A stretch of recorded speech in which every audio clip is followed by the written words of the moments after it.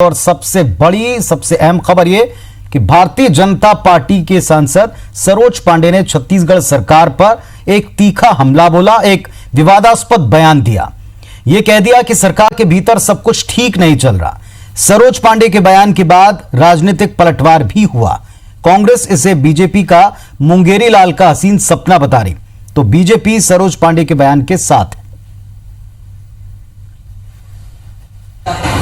मेरा बहुत स्पष्ट मत है कि ये सरकार बहुत जल्दी अपने ही लोगों के बीचों में घिरी हुई है। उनको अपने ही लोगों का समर्थन नहीं है। ये सरकार बिना अपने लोगों की ये कैसे सरकार चलाएंगे, इसलिए मुझे लगता है कि ये सरकार का जीवन भी कोई बहुत लंबा नहीं है। सरकार कम जीवन का है और कितने समय चलेगी ये कहा नहीं जा सकता। भाजपा की वरिष्ठ नेता सरोज पांडे ने भूपेश सरकार पर इस बयान से सियासी भूचाल ला दिया। सरकार के कामकाज पर सवाल उठाते हुए सांसद सरोज पांडे ने कांग्रेस के भीतर कलह का आरोप लगा दिया। ऐसे बयान पर जाहिर है कांग्रेस की ओर से तीखी प्रतिक्रिया आनी ही थी। मैं समझता हूं कि ये उनका ख्याली पुलाव है, इसमें बहुत ज्यादा टिप्पणी करने लायक कोई बात है नहीं। वे अपने आप को अगर प्रदेश के भविष्य के मुख्यमंत्री के रूप में देख रही हैं तो अपनी इस गलतफहमी को दूर कर ले। अपने पूरे राजनीतिक जीवन में दुर्ग से रायपुर तक का सफर तो तय नहीं कर पाई, वे किस मुंह से बड़ी बड़ी बातें करती हैं। मध्य प्रदेश में कांग्रेस सरकार के तख्ता पलट के बाद सरोज पांडे के इस बयान को गंभीर माना जा रहा है। इधर बीजेपी के दूसरे नेता भी सरोज पांडे के इस बयान का समर्थन कर रहे हैं। वर्चुअल रैली से अपने कार्यकर्ताओं का उत्साह बढ़ा रही भारतीय जनता पार्टी अब ऐसे बयान देकर सियासी पारा चढ़ाने की कोशिश में है। हालांकि छत्तीसगढ़ और मध्य प्रदेश के सियासी समीकरण में काफी अंतर है, लेकिन बयानों के जरिए ही सही बीजेपी नेता ऐसी चर्चाओं को हवा दे रहे हैं। राजनांदगांव से आलोक शर्मा के साथ राजेश मिश्रा, IBC 24 रायपुर। और हमारे सहयोगी राजेश मिश्रा इस वक्त हमारे साथ में लाइव जुड़ रहे हैं। राजेश, ये अपने कार्यकर्ताओं में उत्साह बढ़ाने का तरीका है, एक राजनीतिक शिगुफा है, या वाकई इस बयान को संजीदगी से लेना चाहिए? किस तरह के अब तक रिएक्शन मिले और क्या इसका मकसद लग रहा है?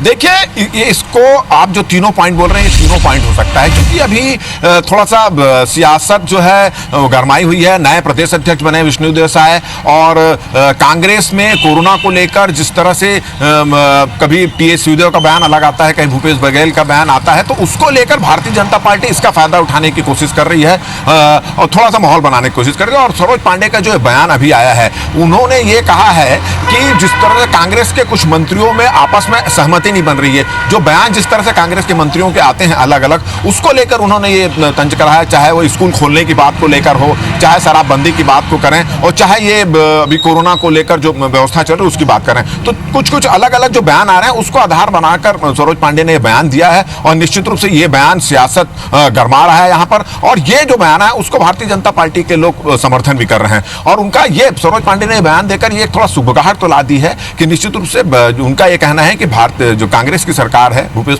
बघेल की जो सरकार है, उसमें कुछ ठीक नहीं चल रहा है। और साथ ही साथ जो पिछले 1-1.5 साल में जो भूपेश सरकार ने जो काम किए हैं, उसके काम काजों पर भी उन्होंने प्रश्न चिन्ह खड़ा करते हुए सवाल खड़ा किया है। और निश्चित रूप से ये एक बयान जो आया उसको लेकर वरिष्ठ मंत्री तो फिलहाल कुछ नहीं कर रहे हैं। हमारे इस संबंध में कृषि मंत्री रविंद्र चौबे जी से बातचीत हुई थी, और उनका कहना है कि वो इस संबंध में कुछ नहीं कहेंगे क्योंकि एक ख्याली पुलाव है। वहीं कांग्रेस के जो दूसरे नेता प्रवक्ता हैं, निश्चित रूप से जब एक भारतीय जनता पार्टी की वरिष्ठ नेता का इस तरह से बयान आएगा, एक जिम्मेदार नेता का इस तरह से बयान आएगा, तो कांग्रेस का बयान आना और उसकी प्रतिक्रिया आना तो स्वाभाविक है। तो कांग्रेस के जो प्रवक्ता उनका यह कहना है कि मुंगेरी लाल के हसीन सपने की तरह है। और साथ ही साथ सरोज पांडे के उस बयान पर भी कटाक्ष करते हुए कहा कि शायद सरोज पांडे मुख्यमंत्री बनने का सपना देख रहे हैं, इस तरह से ये बातें कर रही है। मगर कुल मिला के देखा जाए तो भारतीय जनता पार्टी इसका समर्थन कर रही है।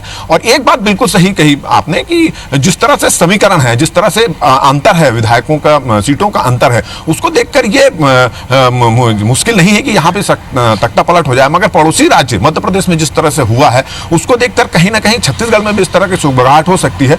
तो इसको लेकर सियासत तो गरमानी थी, और सियासत अभी गरमा भी गई है। और कहीं ना कहीं एक जो कांग्रेस के जो मंत्रिमंडल है, कांग्रेस में लेकर जो एक विरोध के भी सर उठ रहे हैं, उसको भी कहीं भारतीय जनता पार्टी ने एक हवा देने की कोशिश इस बयान में सरोज पांडे ने की है। जी।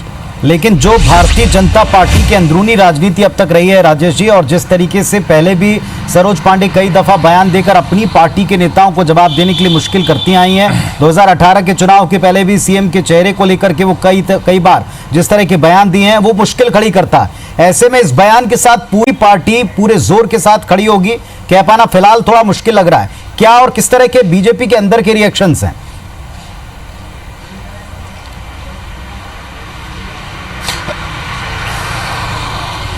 देखिए, चूंकि ये बयान पे बहुत ज्यादा रिएक्शन नहीं आया, मगर जैसे हमारी कुछ लोगों से बातचीत हुई तो दबी जुबान में तो जरूर कह रहे हैं कि भारतीय कांग्रेस प्रदेश की जो सरकार है, प्रदेश सरकार में कुछ ठीक तो नहीं चल रहा है। मंत्रियों में आपसी मतभेद नजर आ रहे हैं, कुछ वरिष्ठ विधायक नाराज भी हैं, तो इस तरह की चर्चा तो वो कर रहे हैं और थोड़ा सा सरोज पांडे के इस बयान को समर्थन भी कर रहे हैं। मगर निश्चित रूप से भारतीय जनता पार्टी की जो सरोज पांडे हैं वो अपने बेबाक बयान को लेकर चर्चा में राजेश जी आपको मैं यहाँ पर रुकना चाहूंगा। हमारे पास में दोनों दलों की तरफ से दो बहुत ही मुखर लोग जुड़ चुके हैं, उनसे हम सीधे जुड़ते हैं।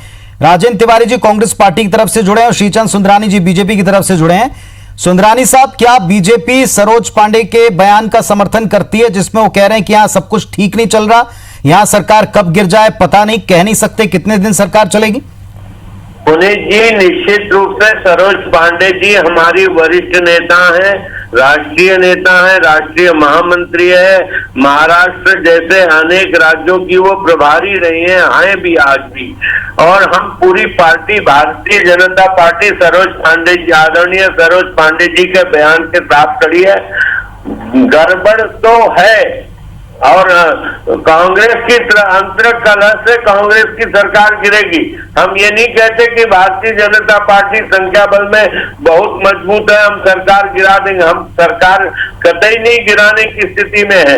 लेकिन कांग्रेस का जिस तरीके से अंतरंग कलह चल रहा है, जिस प्रकार की खबरें भारतीय जनता पार्टी के पास आ रही है, भारतीय जनता पार्टी के नेताओं के साथ जो कांग्रेस के नेताओं की जो चर्चाएं होती है, उससे निश्चित रूप से बहुत बड़ी बात आदरणीय सरोज पांडे जी ने कही है।